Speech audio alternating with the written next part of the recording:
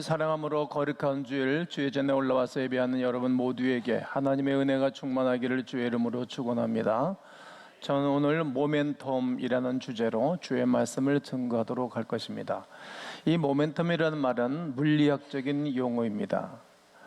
어떤 뜻인가 하면 동력, 추진력, 그리고 여세, 타성, 즉 한 물체가 한쪽 방향으로 나아가는 성질을 말할 때에 모멘텀이라는 단어를 씁니다.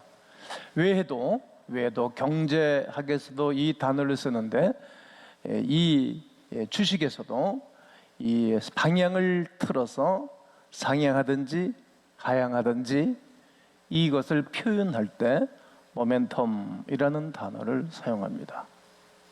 오늘 저는 물리학에 대한 얘기를 하려고 하는 것도 아니고 경제학에 대한 이야기를 하려고 하는 것이 아닙니다.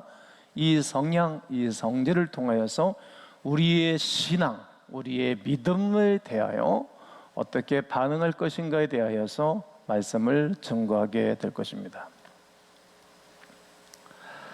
모멘텀은 조금 더 여러분들에게 와닿게 하는 말씀을 드린다면 어떠한 일에 있어서 탄력이나 가속도를 받아 더 좋은 상태로, 더 좋은 방향으로 바뀌거나 바꾸어지는 것입니다. 하나님께서 우리에게 언제나 모멘텀을 제공해 주십니다. 늘 하나님은 그렇게 하신 것입니다. 그때 우리는 준비가 되어져 있어야 합니다. 모멘텀에 대한 의지도 있어야 할 것입니다. 교회 공동체가 함께 모멘텀을 또한 행해야 할 것입니다. 모멘텀의 역사가 이루어질 때 놀라운 일들이 펼쳐집니다. 우물 안에 있는 개구리가 하늘을 쫙 쳐다보면서 오우, 하늘이 높네, 굉장히 높아, 우와, 하늘에 별이 7개나 또 있어, 엄청나네, 이렇게 우물 안에 있는 개구리는 말하는 것입니다. 우물 밖의 세계를 말해도 알아듣지도 않고 하늘의 별은 7개밖에 없다고 막 우겨대는 것입니다. 이해하지를 못하는 것입니다. 하나님께서 허락하시는 모멘텀의 기회가 준비되어져 있지 아니하면 그 좋은 기회들을 다 놓쳐버리는 것입니다. 우물 안의 개구리처럼 말입니다. 우리는 그렇게 살아갈 수 없는 존재들입니다. 특별히 코로나19로 어려운 이 시기 우리는 어떻게 이 위기를 넘어설 수 있는 것입니까? 어떻게 위기를 축복으로 반전할 수 있는 것입니까? 위기는 곧 기회라고 말합니다. 이제 코로나19로 말미암아 엄청난 변화가 생겼습니다. 코로나19 이후의 시대를 어떻게 준비하고 어떻게 살아갈 것인가에 대하여 세미나도 하고 많은 모임들을 합니다. 교회도 어떻게 하면 될 것이냐고 세미나를 열고 공부들을 합니다.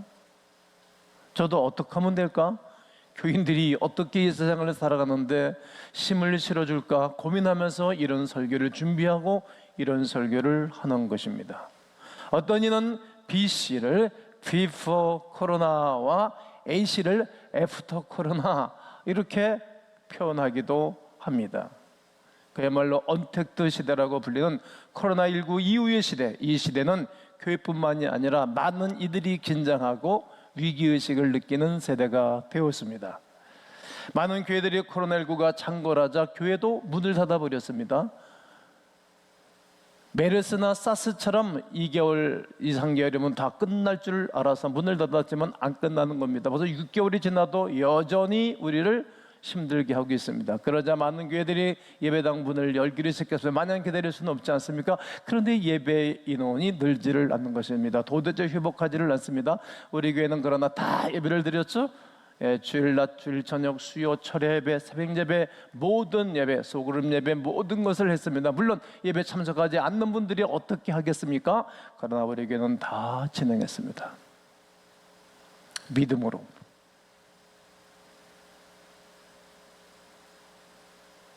상황이 이렇게 변한다고 우리는 이렇게 하고 상황이 저렇게 변한다고 우리는 저렇게 할 수가 없는 사람들이지 않습니까? 왜요? 하나님의 사람들이기 때문입니다. 정부의 방침에 따라 이제 거리를 완화시킬 때 우리는 제가 홍보를 하고 교인들 예배를 참석하고 독려했을 때 60한 5%, 60한 7%의 예배는 회복을 했어요. 그러다 우리 마을에, 우리 지역에 다시 이렇게 확진자가 생기면서 44, 5%로 뚝 예배는 떨어졌습니다.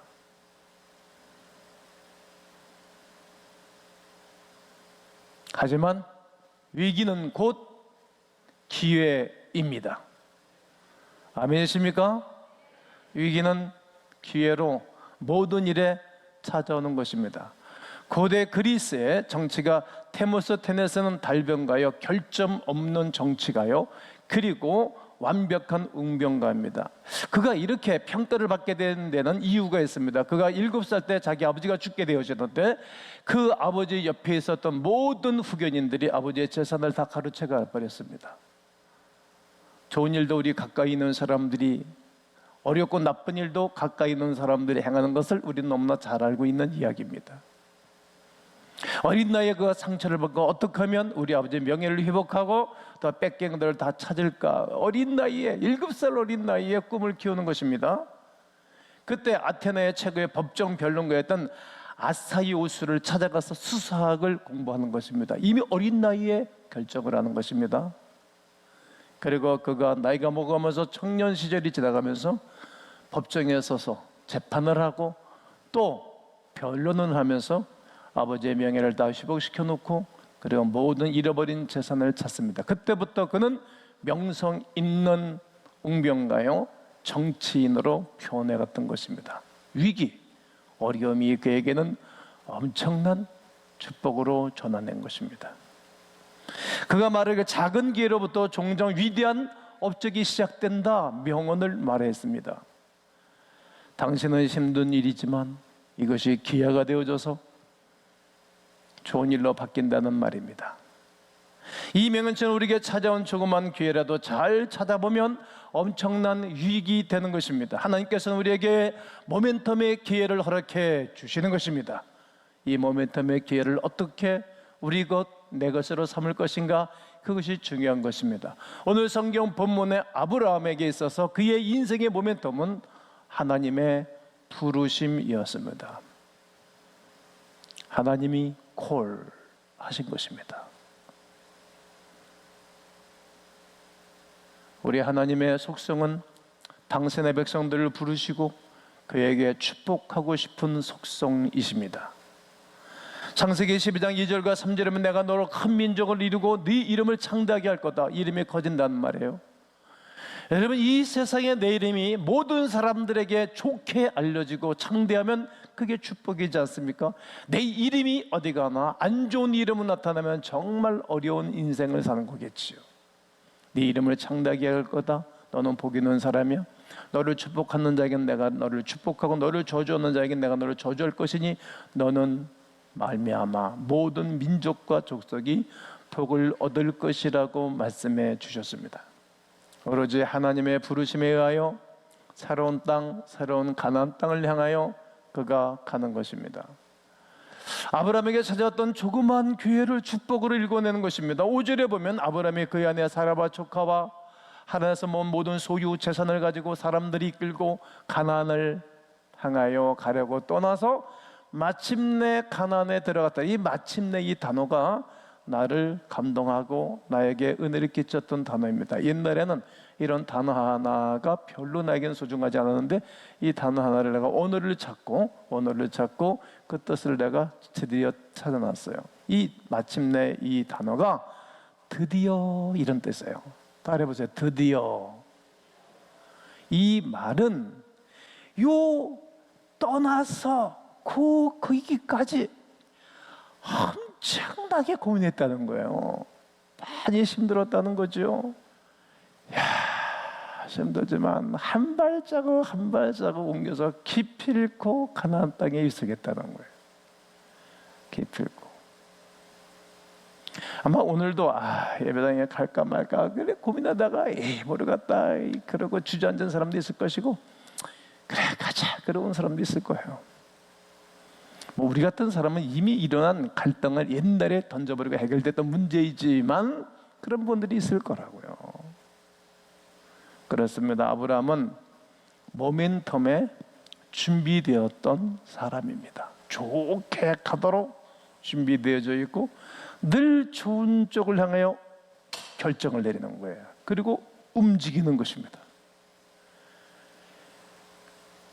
그가 기회를 축복으로 일궈냈던 이유가 있습니다. 12장 7절과 8절 보면 자기에게 나타나신 여호와께 그가 그곳에서 제단을 쌓고 예배를 드렸다는 얘기고, 그리고 그곳에서 옆에 또 제단을 쌓고 또 예배를 드리고 여호와의 이름, 하나님의 이름을 부른 거예요.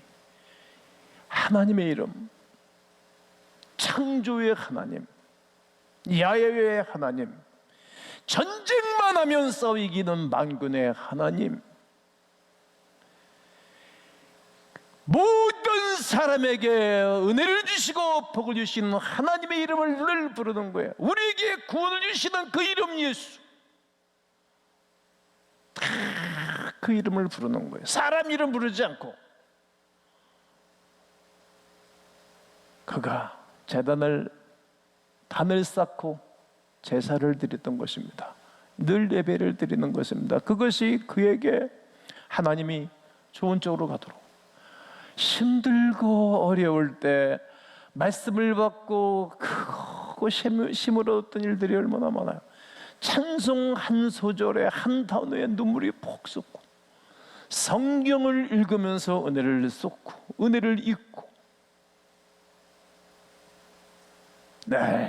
예배하는 삶을 살았습니다.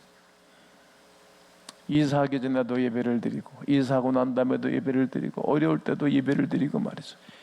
그런데 위기가 찾아오는 것입니다. 그렇게 고민하고 마침내 들어갔던 가나안 땅에 뭐가 있습니까? 흉년이 든 것입니다. 기근이 드는 것입니다. 그 땅에 기근이 들었으므로 아브라함이 거기서 한번 버텨봐야 되는데 인간적인 판단과 결정을 내리고 애굽으로 내려간 것입니다. 그 땅에 기근이 심했던 것입니다. 여러분, 약속의 땅, 축복의 땅에 들어오고 난 다음에 이제는 우리 인생이, 요즘 젊은이들이 꽃길을 걷는다는데, 여러분 꽃길 걷는다면 여러분 인생이 미끄러져요. 이 꽃길 잘못하면 넘어지잖아요. 그냥 꽃길 걸어가면 절대 그런 말 쓰지 마시고 따라해보세요. 나는 왕의 도로를 걷는다. 왕처럼 걸어가야 되는 거예요. 왜? 그 주님은 우리의 왕이잖아요. 영광의 왕이 누이뇨, 강하고 강하신 하나님, 그 자녀로 왕처럼 살아가는 거예요. 그 백성이니까 말이죠. 그렇지만 하나님을 잘 믿는 가운데도 어려움이 생기는 거예요. 이렇게 예상 밖의 어려움이 엄습하는 것입니다. 그럴 때 우리는 어떻게 하는 것인가, 그런 거예요. 여러분은 어떻게 할 것인가? 그것은 우리에게 주어진 자유의지요 믿음의 행위가 될 것입니다. 위기 때 많은 사람들이 어떻게 할 것이냐 묻는 것입니다. 많은 기업들이 이럴 때 어떻게 할 것인가 묻는 것입니다. 많은 성도들이 이 위기 때 어떻게 할 것인가 묻는 것입니다. 많은 교회들이 어떻게 할 것인가 묻는 것입니다. 세 가지일 것입니다. 회피할 것인가? 포기할 것인가? 아니면 멈춰설 것인가? 아니면 모멘텀, 새로운 세계로 움직이고 이렇게 나아갈 것인가? 그것은 우리가 생각, 마음, 입술, 환경으로 보여줘야 할 일입니다. 다른 방향으로 할 것인가? 아니면 좋은 상태로 점프할 것이냐? 어떻게 하시겠습니까? 위기 때 어떻게 할 것인가 하는 것입니다. 성장하는 기업, 성장하는 성도, 성장하는 교회는 늘 위기를 겪고 통과하는 것입니다. 이상한 말로 들리겠습니다마는 위기를 즐기는 것입니다. 즐길 준비가 되어 있으시지요? 위기를 즐기고 위기를 맞부딪히는 것은 엄청난 용기와 결단이 필요한 것입니다. 그것을 우리가 해야 할 일입니다. 오늘 12장 10절에 보면 그 땅에 기근이 들었으므로 아브람이 애굽에 거류하려고 그리로 내려갔으니 이는 그 땅에 기근이 심하였다. 이제 축복의 땅을 벗어나 애굽으로 이동하는 아브람을 보게 됩니다. 하나님의 땅에, 약속의 땅에 머물지 않습니다. 스스로 해결하기 위하여 자기의 인간적인 방법을 선택하는 아브라함을 보게 됩니다. 아브라함의 선택은 오히려 모든 일들을 악화로 만들어 버렸습니다. 기근의 문제를 해결해 애굽으로 이주를 했는데 내려가다 보니까 불안이 생긴 것입니다. 어떤 것입니까? 옛날 왕은, 지금도 마찬가지지만 권력자들은 말입니다, 자기가 갖고 싶은 거 다 갖고 싶어하는 것이 권력자들의 모습입니다. 그러니까 그때나 지금이나 눈치 빠른 사람들은 세상 돌아가는 것을 다 압니다. 여러분, 세상 돌아가는 것을 눈치를 때려잡지 못하는 사람은 늘 실패를 하고 어려워집니다. 내려가면서 무슨 얘기하는 것입니까? 예, 당신은 옛날이나 지금이나 너무 예쁘고 아름답소. 그러니 그냥 내려가게 되면 당신이 이 애굽의 왕에게 발각되어서 고관들에게 발견해서 아내를 당신은 빼앗길 것이요. 그러니까 누이라고 합시다. 그러면 이 사례가 네, 자기도 아니라고, 여보 까짓 거 죽으면 말지, 죽으면 같이 죽고 살아도 같이 삽시다. 일이 됐는데 이 여자도 그렇게 하자고 사례를 누이로 속이는 것입니다. 불길한 생각은 곧 현실로 다가옵니다. 여러분, 이 사람 생각이 이렇게 중요해요. 일로 말미암아 바로가 아브라함을 후대함으로 아브라함의 양가소와 노비와 약대와 낙태가 많았더라, 그렇게 기록을 합니다. 오늘 본문 얘기입니다. 아브라함이 자기 아내를 누이라고 2번 속인 적이 있어요. 이제 창세기 20장 가보게 되어지면 그때도 기근이 들었거든요. 그때는 그랄 땅에 내려가는데 그랄 땅의 왕 아비멜렉이 그를 또 아내로 취하는 것입니다. 재미 붙인 거예요. 자기 부인 데리고. 아, 내가 잘못해도 하나님이 보상해 주시는구나, 이걸 안 거예요. 그 일에 하나님은 뭘 말씀하실까? 아브라함이 한 번도 기도했다는 말이 없어요. 그런데 밤새도록 여인에게 손을 대려고 하는데 하나님이 손을 못 대게 하는 게 꿈에 나타나고 음성으로 들리고, 이 그랄 왕 아비멜렉은 밤새도록 고생한 거예요. 또 이 사라는 또 얼마나 두려웠겠어요. 또 아내를 왕의 품에 넘겨주고 궁에 들여보내놓고 또 아브라함은 또 얼마나 힘들었겠어요. 다른 방법이 없지. 아브라함이 그때 기도하는 것입니다. 기도하니까 어떤 일이 벌어집니까? 이 12장 7절로 뚝 넘어가면 여호와께서 아브라함의 아내 사라의 일로 바로와 그 집에 뭘 내리니? 큰 재앙을 내리니 막 밤중에만 난리가 난 거예요. 밤중에. 그러니까 손도 못 대고 있다가 하나님께서 선택한 아브라함을 위하여, 당신의 자녀들 위하여 어려움과 위기 속에서 하나님이 개입하셔서 도와주는 것을 성경은 기록하고 있습니다. 그게 믿음이 동반되는 것입니다. 사랑하는 성도 여러분, 하나님께서 함께 하시면 탄력을 받습니다. 아멘. 크게 보시죠. 하나님께서 함께 하시면 탄력을 받습니다. 하나님께서 함께 하시면 가속도를 받습니다. 하나님께서 함께 하시면 좋아집니다. 할렐루야. 아브라함은 위기 때 하나님의 개입하심으로 그는 위대한 역사를 감당하는 것입니다. 하나님이 왕, 이 땅의 왕 애굽의 왕 바로에게, 그랄 땅의 왕 아비멜렉에게 개입하는 거예요. 손대지 못하도록 하는 것입니다. 우리에게는 이러한 믿음이 필요합니다. 머리카락 하나 다치지 않도록 보호하실 것을 믿는 것입니다. 여러분, 어려우십니까? 이때 하나님의 은혜를 누릴 수 있는 기회입니다. 꼭 그렇게 역사하셨지 않습니까?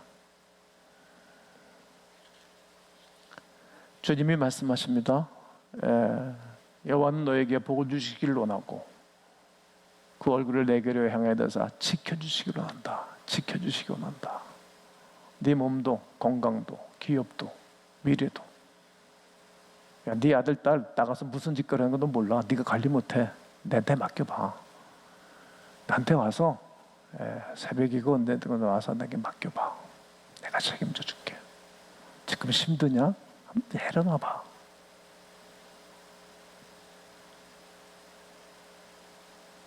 그게 모멘텀입니다. 그럼 내가 너에게 은혜를 베풀어 줄게. 그리고 네 마음에 평강을 줄게. 이렇게 말씀하시는 주의 음성을 듣고 모든 일들을 기회를 만들고 또 하나님이 좋게 하신 하나님의 거룩한 은혜를 누리시기를 주 예수의 이름으로 축원합니다.